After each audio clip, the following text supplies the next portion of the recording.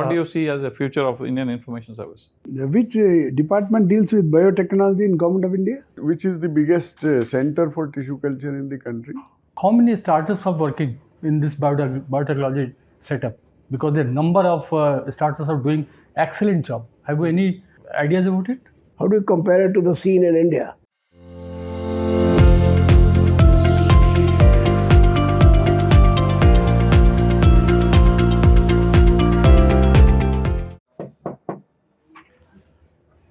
May I come in, sir? Yes, come in, Anirudh. Thank you, sir.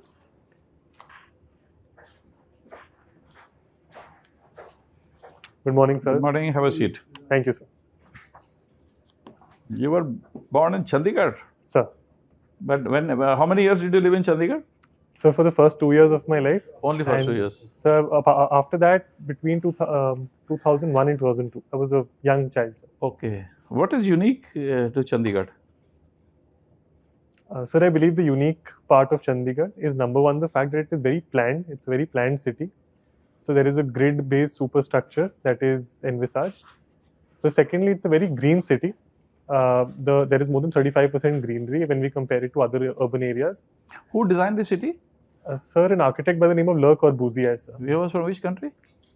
So I believe he was from Switzerland, sir. Okay. And what about, who was Nekchand? And what is his association with Chandigarh? So I believe Nekchand was an individual who was working in the government, and he set up the Rose Garden, sir, in Chandigarh. Sir. Okay. Rose Garden or the Rock Garden? I apologize, sir. It's a Rock Garden, sir. Okay. Anirudh, you are from the Indian Information Service? Sir. You are on leave or you have joined? Sir, I've joined training. I've done about 4 months of training. Oh, you are at the Indian Institute of Mass Communication? Indeed, sir. Okay. You think Indian Information Service has some relevance nowadays, because information bombardment is taking place from all over the sides, all over the multinationals. Sir.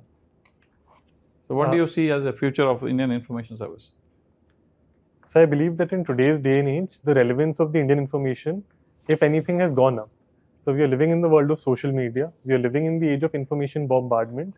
And additionally, sir, we see that the routes through which information and broadcasting can happen to reach the last mile have gone up multifold.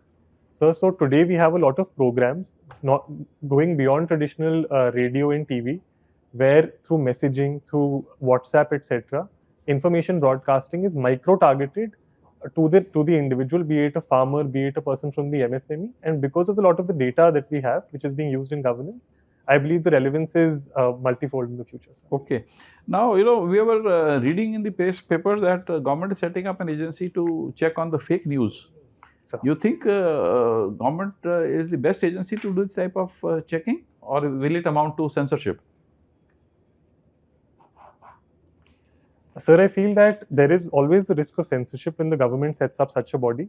However, sir, the menace of fake news is such, and the degree and extent to which it is causing damage is such that this is necessitated. So the private bodies such as Twitter, Facebook, etc., have not set up any verifiable system which is effective. And to that end, the government has set up a fake news flagging and removing system. So an example of this would be the recent issues that we saw in Tamil Nadu. So fake news that migrants were getting harassed by locals on WhatsApp was to an extent that the migrants stopped working and a lot of them went back as well. So the menace of fake news is such that it requires urgent and immediate attention often. And so this can only be done if there is a statutory or a rule-based mechanism for the government to intervene. Okay. I find in your address your C9 tower for New Motibag. I'm sure you would not have got this from Indian Information Service. No, sir. Your father is working? Indeed, sir. Which department? So very recently he was posted to the NHRC, sir. I see. Yes. Okay. There was once a very huge amount of controversy. They said, why are you putting IPS officers in charge of NHRC? You think that's a good idea? Not in charge, but they were posted to as a member of the NHRC. So I believe that the relevance of posting an IPS officer into the NHRC is the fact that the NHRC has a separate investigation division. Okay. So an investigation of a lot of the human right violations taking place in prisons, etc. And given that police officers are specialized in investigation, I believe that the presence of a police officer is relevant in NHRC. Okay, very good. Now tell me, what is big data? So big data refers to large aggregates of data, be it that the government has taken it from the public or the private companies that have data on our mobile usage, etc. And so big data gives, on data analytics, so they display patterns, how a person behaves, how a person consumes information, how a person buys something online, and this big data is mostly utilized for targeted advertising. these How will days. you use it in your field of bioinformatics? So bioinformatics uses big data because the genome data of a lot of individuals, organisms, etc. can be used. So the first could be in the field of what is called pharmacogenomics, so which is individual or personalized medicine. So based on our genome, we react differently to different medicines, and this is one place where it can be used. So secondly, big data can be used to trace ancestry of entire populations. So in the subject of anthropology, entire populations are studied, entire groups are studied, where we can trace their lineage, their ancestry, and where they come from. Where was the human race? Where did it start from? By following this genetic path, where have they zeroed in on which areas? So the theory is that there is the out of Africa theory, that the origin of the human race happened in Africa. Which country or which area? Sir, it was East Africa, sir. I Mhm. believe. I'm not aware of the countries. But is there a skeleton which is supposed to be the ancestor of mother of all humans? Indeed, sir. It is called the mitochondrial Eve. And sir, I believe that there were many fossils found in the area. One such fossil was the Lucy fossil. There were the other fossils such as, sir, I can't remember the names. Fine. Sir. Good, Anirudh. Sir. So Sanskriti, then IIT Delhi, Sir. all Delhi. That's great. Tell me, what is post-truth? There is a concept called post-truth. Sir. So post-truth refers to a system where individuals form their opinions based on information they receive, not based on what is the truth, but based on what they're predisposed to believe. So we say we live in a post-truth world where we have gone beyond truth and the truth doesn't matter. For instance, sir, if I read a news online which says that XYZ person has said a certain speech, that could be deep fake, that could be AI. But if I'm predisposed to believing that piece of information, I would believe it. In a world where we are bombarded by information, it is very hard to separate truth, which is why we are more predisposed to believe what we are shown. It's some sort of brainwash. Indeed, sir. Okay, tell me, what is the role of Press Council of India? We have Press Council of India, right? Sir. What do they do? So the Press Council of India, among its many roles, also regulates the information that is given out by the press. It can castigate, it can reprimand, it can take up cases where news reporting is not done according to the rules prescribed. So it is one of the main self-regulatory bodies in the field of the press. Good. You have done biotechnology and all that. In the COVID, have they done any work? Delhi IIT? Did they do anything? Indeed, sir. Now, what did they do? Sir, Delhi IIT was the first institute that came up with a PCR test that was mobile. It was a device that they made that could be taken. Additionally, sir, they also made a very specialized naso filter that instead of a mask, people can put nanoparticles. So that there were nano meshes in that. You could put that in your nose. However, the idea didn't catch on. Apart from that, sir, the School of Biological Sciences at IIT Delhi did critical work in trying to find out the source of the origin of the COVID crisis. Which department deals with biotechnology in Government of India? So the Department of Biotechnology. They're a separate department, no? Sir. What do they do? You have any idea? Sir. So the mandate of the Department of Biotechnology includes one, to regulate the research that is happening. So they give out a lot of grants for research. Secondly, sir, the BIRAC or the industry relation body is under the Department of Biotechnology. So very recently, the Department of Biotechnology came up with goals about how to make the biotechnology industry a $100 billion industry by 2025. Oh, very good. Now, RBI. What is the primary function of RBI? The core. So the core function of the RBI is to print money and be a banker to the banks. Banker to the banks. So additionally, then why are they getting into inflation? They say 4%, 2%. Why should they do that? So the scope of the RBI has been increased in the recent past. As per the Monetary Policy Committee, which has been formed very recently in the past 10 years, so where it controls inflation through monetary measures, through control of the rupee. And so to that extent, there is a target set of 4% plus minus 2%. Okay, define monetization. What is monetization? How will you define monetization? And give one example. So I believe that monetization is often used in the context of monetization of debt. So for instance, if there is a debt. Now, what is monetization of gold? Let me be more specific. What is monetization of gold? We keep on talking, no? What is this? So I believe that, so it is my understanding that exchanging gold and getting a monetary or some money instead of the gold is monetization of gold. That is giving money value to any asset. Sir. That is monetization of gold. Indeed. Now there is something called monetization pipeline. What is this? Are you aware of this? Indeed, sir. What is it? So the National Monetization Pipeline was a program initiated by the government wherein they were seeking to unlock the value of assets that were existing in the government infrastructure. So for instance, there is a lot of land that is lying idle. There are a lot of buildings and assets that the government has. And to unlock this value, we can give it to the private parties on lease or on a PPP model to not only just develop it, but also use it and add a revenue stream for the government finances. Why did they call it pipeline? Why not policy? Monetization policy they could have done. Why did they say pipeline? What is the significance of that? So I believe that the reason could be the fact that there are many upstream and downstream factors in ensuring that No, not that. Pipeline is a flow. That means it's not a one-time thing. It's not a stock. You follow? Indeed, So more can be added. Thank you, sir. Mr. Yadav, Sir. very interesting hobby, studying, causes and prevention of aging. Sir. Yeah. In fact, I am very much interested in this. Kindly elaborate, what you are studying in this. So my interest was born out of the fact that I did a degree in biotechnology and I've had past experiences with working on diseases such as cancer.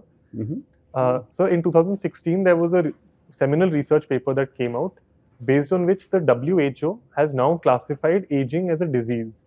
So this was a landmark moment, as it is now understood that aging is not something that happens to everyone. Aging is strictly a biological process, and all of the associated issues of aging, be it muscle loss, be it cardiovascular diseases, cancer, etc., are not only preventable but also curable. So then significant work on this field has been done in the past 5 years, and my hobby is to follow this line of research. I see, wonderful. No, and I will be in touch, with you, because aging is. Yeah, some prevention, that is really required. Biotechnology. I mean, what are the constraints, that India is not taking off? There is lots of potential, as you rightly said. What are the constraints, in your opinion?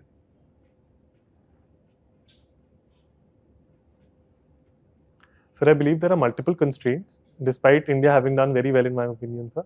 So the first is the human capital. Sir, India has, while a lot of engineers have gone into computer science, mechanical, civil and traditional branches, bright minds have been reluctant to try out new fields such as biotechnology. Second on contrary, there are many, young people like you, they are there. I mean, I met, so many people, but they are unable to do anything, in this area. Sir, I believe that the second constraint is based on what you said, sir, is the research and development funding. So, biotechnology is a heavily research-intensive industry.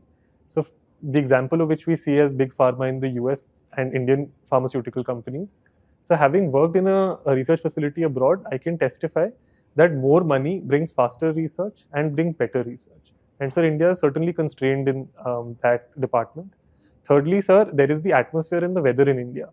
So in European countries and the US countries, the average temperature is about between 10 and 20 degrees.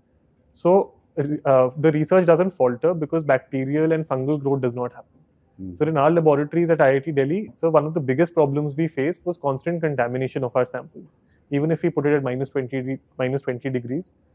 So because the moment you take it out and any exposure to the environment because of humidity, because of high temperature, so the speed of research becomes slow.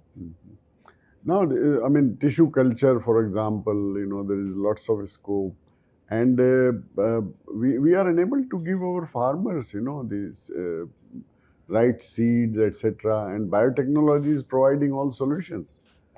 But I mean, it's unfortunate, really. Indeed, sir. Tissue culture. Sir. Then, which is the biggest center for tissue culture in the country?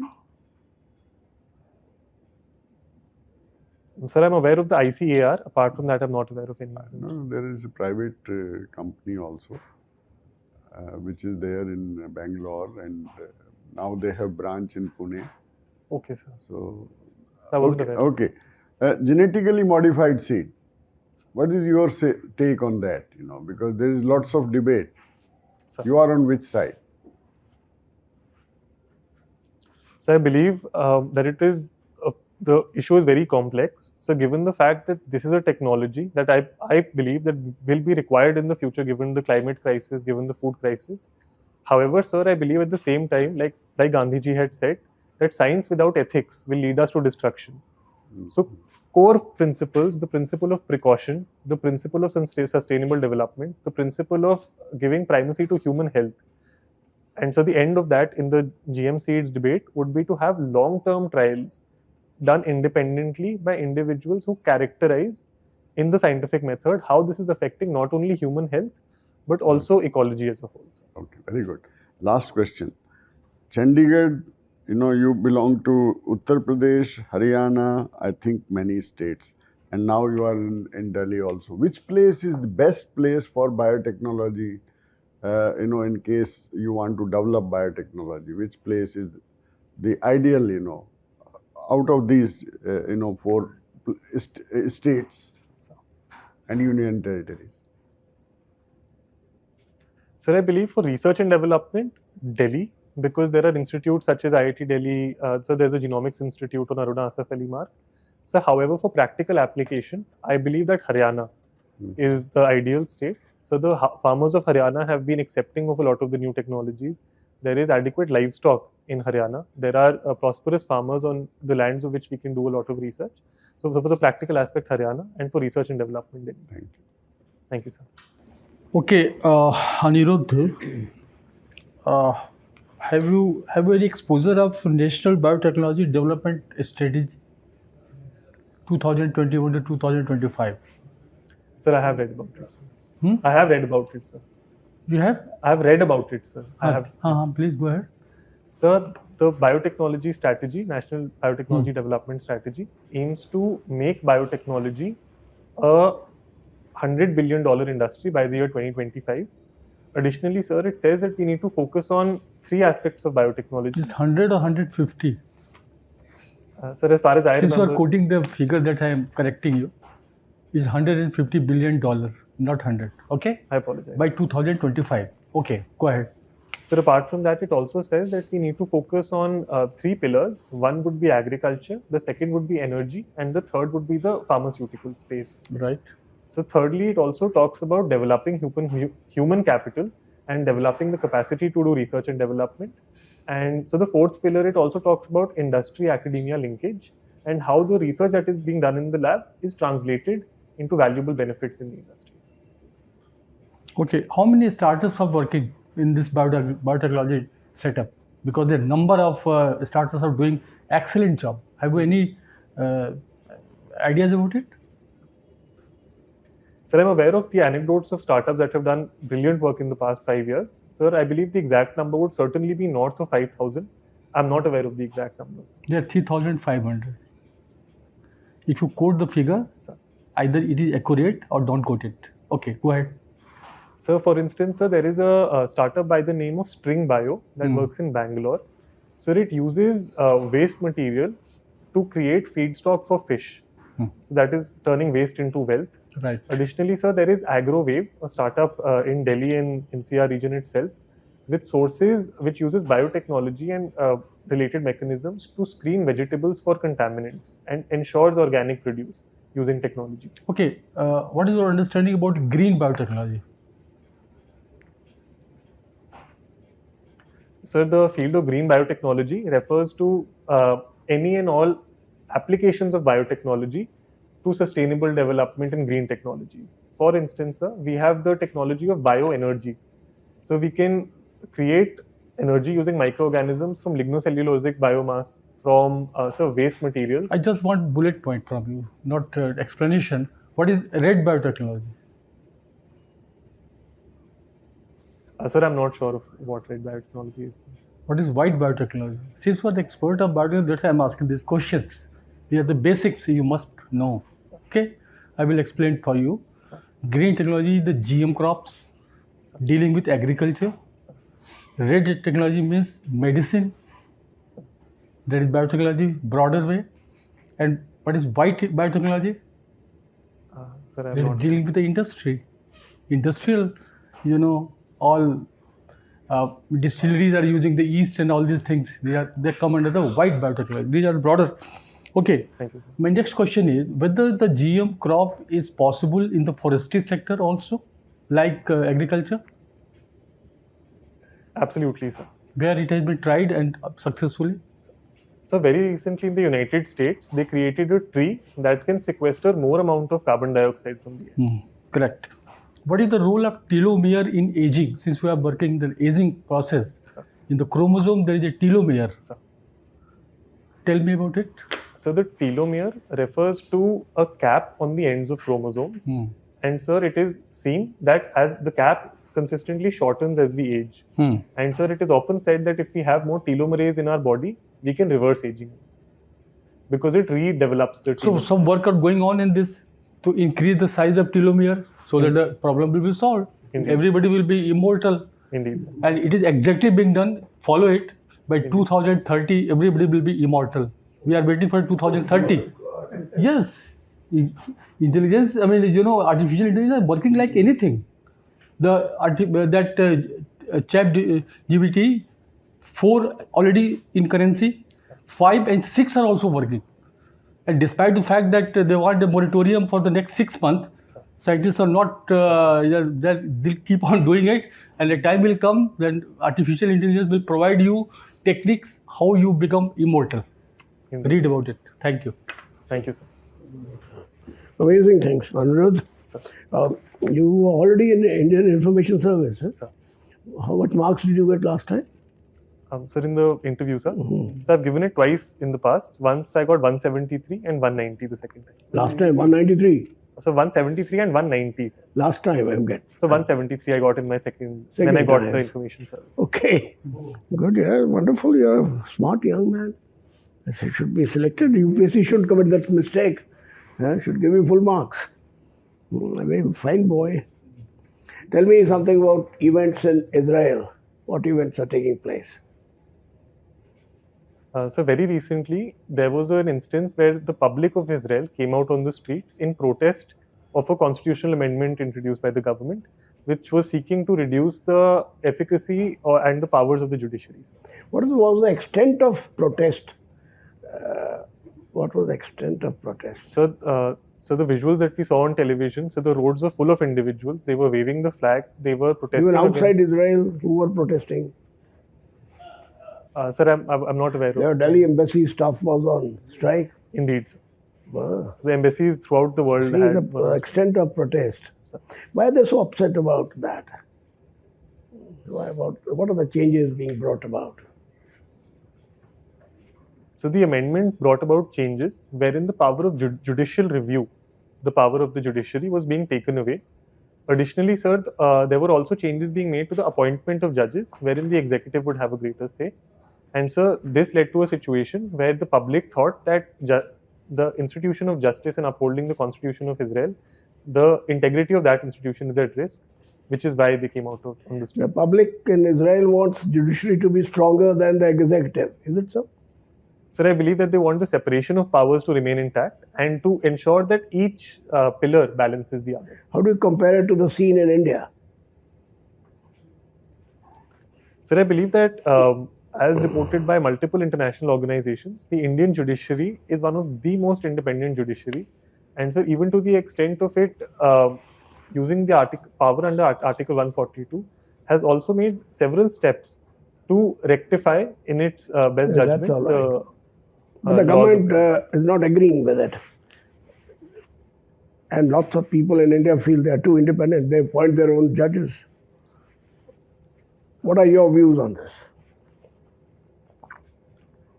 So I believe that, as was said by the Supreme Court itself in the 1990s, that the idea of judicial activism or the idea of using the powers under Article 142 should be done with a lot of restraint. The judiciary itself has its... appointment of judges Sir. covers under which article? Is it covered under Article 142? So 124. 124. Sir. So should the judges be appointed as they are being done? Or the Law Minister of India says no, he's been making strident noises about it. Sir. And what should be done? Like Israel is one where the public is protesting. And India, we normally, what do we feel? Should the government have a say in appointment of judges? So I believe that in this situation, our guiding light should be the Constitution.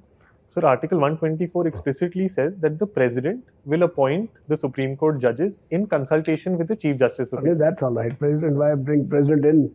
The real power is the collegium. Okay. Now we come to the next.